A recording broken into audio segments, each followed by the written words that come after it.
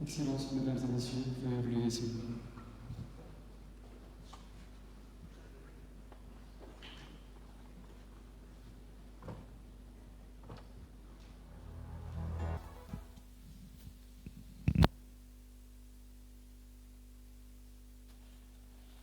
Monsieur le Président, Mesdames et Messieurs les ministres, chers membres de nos deux délégations,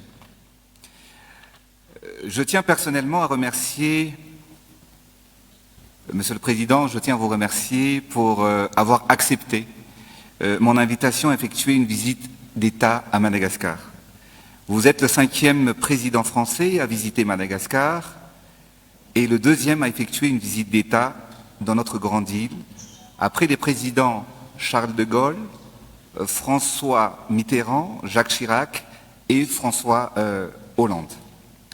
Cela marque votre volonté et engagement personnel à renforcer les liens d'amitié entre Madagascar et la France et d'accompagner les projets de transformation et de développement du pays.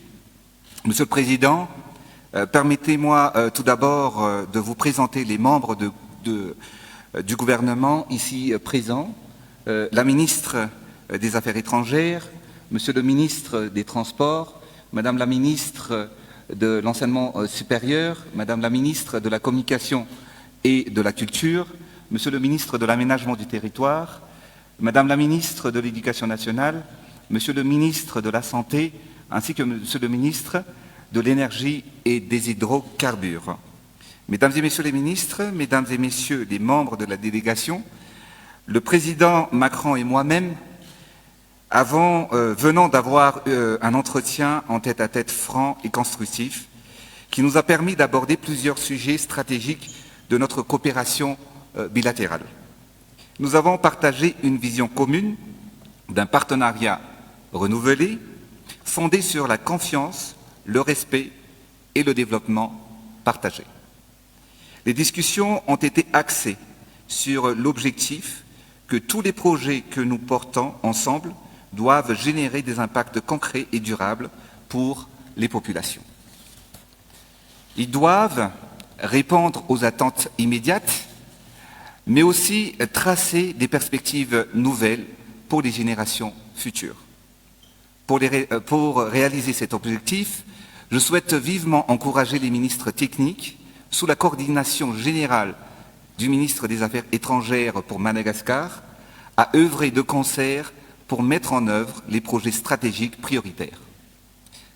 Ces projets seront alignés avec la politique générale de l'État dans les secteurs clés tels que l'énergie, la transformation agricole, les infrastructures, l'économie, la santé, l'enseignement supérieur, la recherche scientifique et l'industrie. Dans le secteur de l'énergie, j'ai évoqué les problématiques et les défis liés à l'énergie. C'est pourquoi la réalisation d'un projet hydroélectrique en Tétézambat, d'une capacité de 100 MW, marquerait une étape décisive dans notre transition énergétique. C'est un projet transformateur qui me tient particulièrement à cœur et qui améliorerait considérablement le quotidien de plusieurs milliers de ménages à Madagascar. Dans le domaine du transport, la rénovation de la ligne ferroviaire reliant Antananarive et Toamasl et la dotation en matériel roulant pour la ligne Fianarantsoa-Manakar sont essentielles pour la modernisation de nos infrastructures de transport. Il est important de rappeler que ces deux lignes historiques ont été créées entre 1901 et 1913 par la France. L'appui de la France pour la modernisation de ces lignes revêt un caractère hautement symbolique pour le pays. Dans le secteur de l'agriculture, j'ai évoqué l'importance de la transformation agricole de Madagascar dans la mesure où 80% de la population malgache vit en milieu rural. Dans ce cadre, la coopération avec la France sera primordiale pour l'atteinte de l'autosuffisance alimentaire.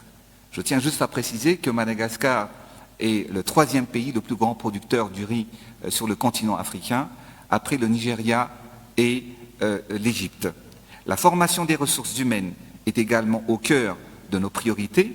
J'ai exprimé le souhait de renforcer la coopération dans le domaine de la santé à travers la formation des médecins spécialisés et professeurs chirurgiens en France.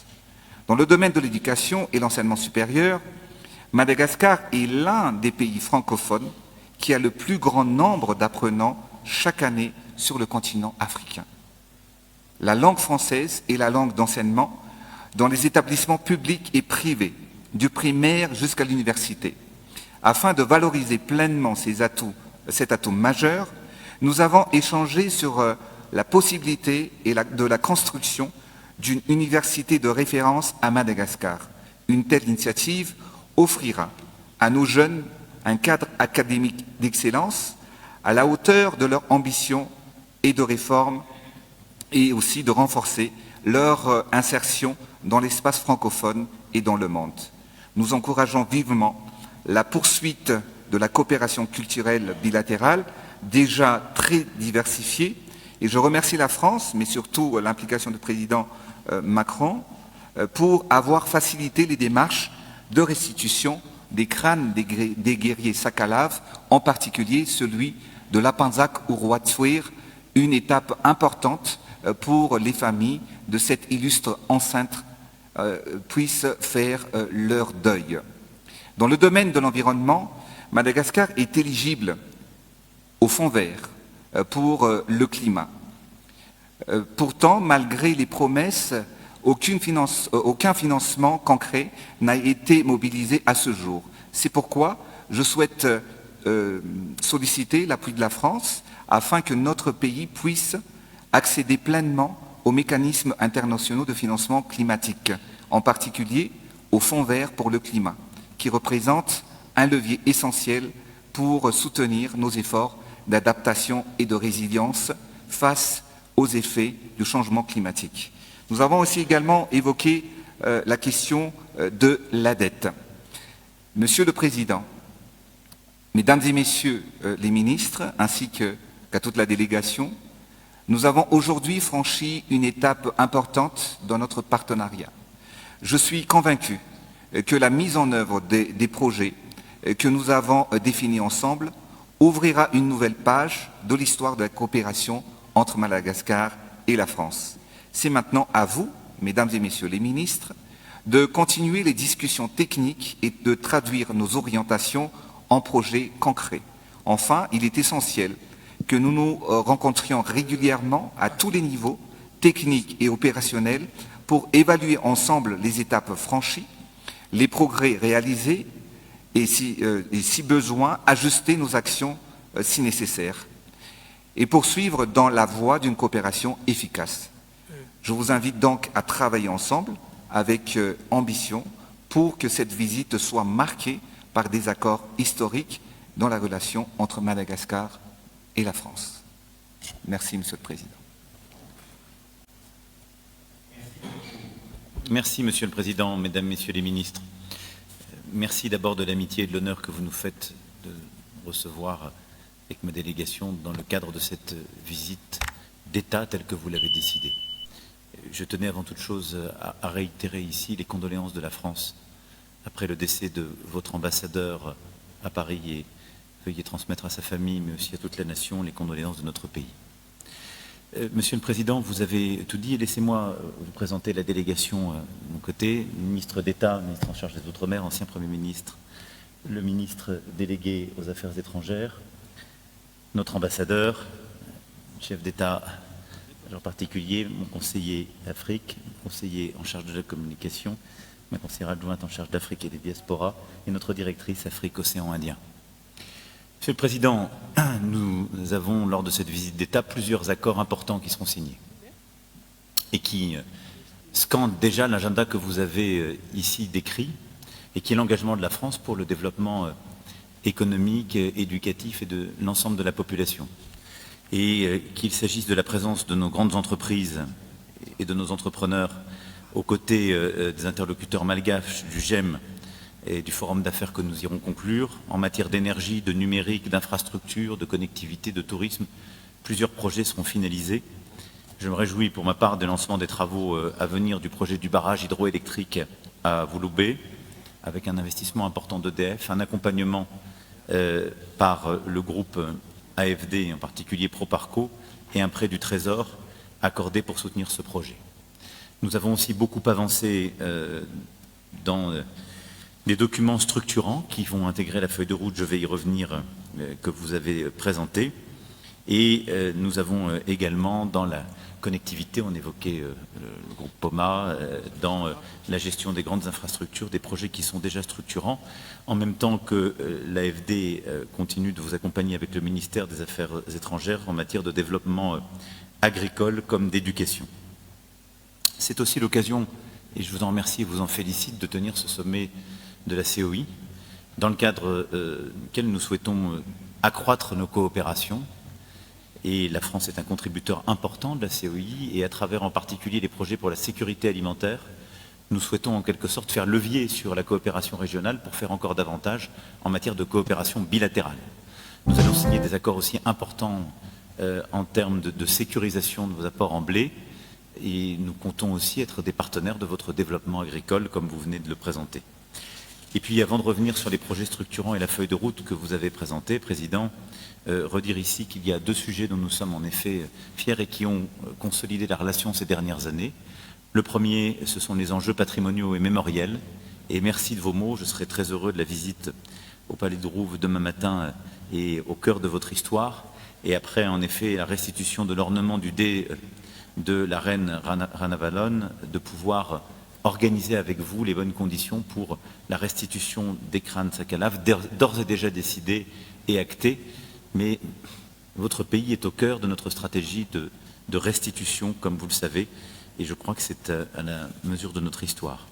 Et puis l'autre point, c'est de vous dire combien nous voulons être des partenaires aussi fiables et constants en termes de sécurité et de défense, pour vous aider à lutter contre la pêche illicite et illégale, pour vous aider à sécuriser face aux prédations et provocations géopolitiques, et à ce titre, la tenue de l'exercice Tulip en cours sur le territoire malgache regroupe l'ensemble des forces de la région, et ce sont 500 militaires français qui ont été déployés dans ce cadre, ce qui est à mes yeux un point important.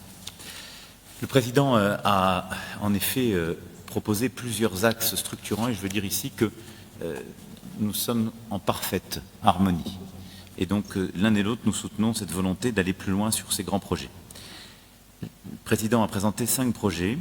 Le projet hydroélectrique qui vient donc compléter ceux sur lesquels nous sommes déjà engagés, entêtés en bateau, et donc avec la possibilité d'un accompagnement financier. Train et voies ferroviaires, avec là aussi accompagnement financier, mais aussi des capacités de matériel, du soutien technique. La transformation agricole, avec au-delà de ce qu'on a décidé aujourd'hui, les dotations en semences de maïs, de blé, la mise en place d'usines d'engrais et de la coopération sur le riz. La formation largement, et merci de cet engagement pour la francophonie à laquelle nous tenons. Et donc nous souhaitons être des partenaires en effet à cet égard. Et la formation en matière de santé est un axe stratégique. Et puis le partenariat avec des grandes universités françaises et l'avancée vers une université de référence à Madagascar.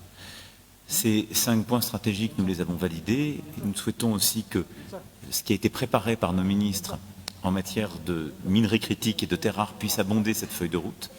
Et donc que sur ces projets structurants, et je rajoute ce thème à dessein parce que nous avons la conviction que nous pouvons avoir un partenariat en matière de terres rares, de minerais stratégiques, et nous pouvons développer des filières pour les valoriser. En prenant l'exemple du photovoltaïque, vous avez toutes les composantes premières pour développer une telle filière, et nous souhaitons être des partenaires d'une valorisation sur celle-ci. Et donc ces 6 axes, nous souhaitons que les ministres maintenant et l'ensemble de nos administrations puissent les faire avancer avec des rendez-vous réguliers pour qu'à l'été, nous puissions finaliser une feuille de route, un partenariat stratégique commun qui vienne à décliner l'ensemble de ces priorités et les financements qui les accompagnent. Nous souhaitons aussi être des partenaires de confiance avec le FMI, la Banque mondiale et tous les bailleurs actuels de votre pays pour pouvoir optimiser au mieux les financements actuels et aider à décliner derrière ces grands projets qui ont un impact concret pour la population, notre partenariat bilatéral. Président, je salue ici votre volonté de faire de ce partenariat un ensemble de projets qui a un impact concret sur la vie de vos compatriotes. Et c'est l'idée que nous nous faisons de la coopération entre la France et Madagascar. À ce titre, laissez-moi vous dire, pour conclure, la fierté qui est la nôtre, au-delà des ministres qui m'accompagnent, d'avoir aussi, dans le cadre de la COI, les exécutifs de nos territoires de la région. La présidente de la région et le président du département de la Réunion et le président de Mayotte sont à nos côtés, avec le vice-président du Parlement européen, et vont pouvoir aussi porter la voix de ces territoires français, éminemment intégrés dans l'espace qui est le vôtre, et voulant aussi davantage travailler avec votre pays et avec toute la sous-région. Merci beaucoup, Monsieur le Président, Mesdames, Messieurs les ministres, et je crois que nous avons une convergence de vues qui maintenant implique d'être au rendez-vous des résultats. Merci, Monsieur le Président, et je réitère mes remerciements pour cette visite et votre confiance en notre politique de développement. La France a toujours été proche de Madagascar et l'a accompagné pour affronter les défis qui se sont dressés devant nous et toujours là pour faire progresser la grande île vers un avenir de prospérité et de croissance. Je formule donc le souhait que cette coopération soit de plus en plus fructueuse, que la France s'investisse encore plus à Madagascar et sur une immense potentiel, comme vous l'avez cité tout à l'heure, Monsieur le Président. Nous allons donc continuer le travail et, comme vous l'avez dit, d'ici mois de juin, on va dresser et voir les étapes qui ont été franchies par rapport à ces 6 points qui ont été évoqués. Merci. Donc maintenant, nous allons continuer le programme. Je vais inviter le président Emmanuel Macron à prendre part du déjeuner et aussi avec l'ensemble de l'équipe et de la délégation qui a été déjà préparée par les responsables. Merci.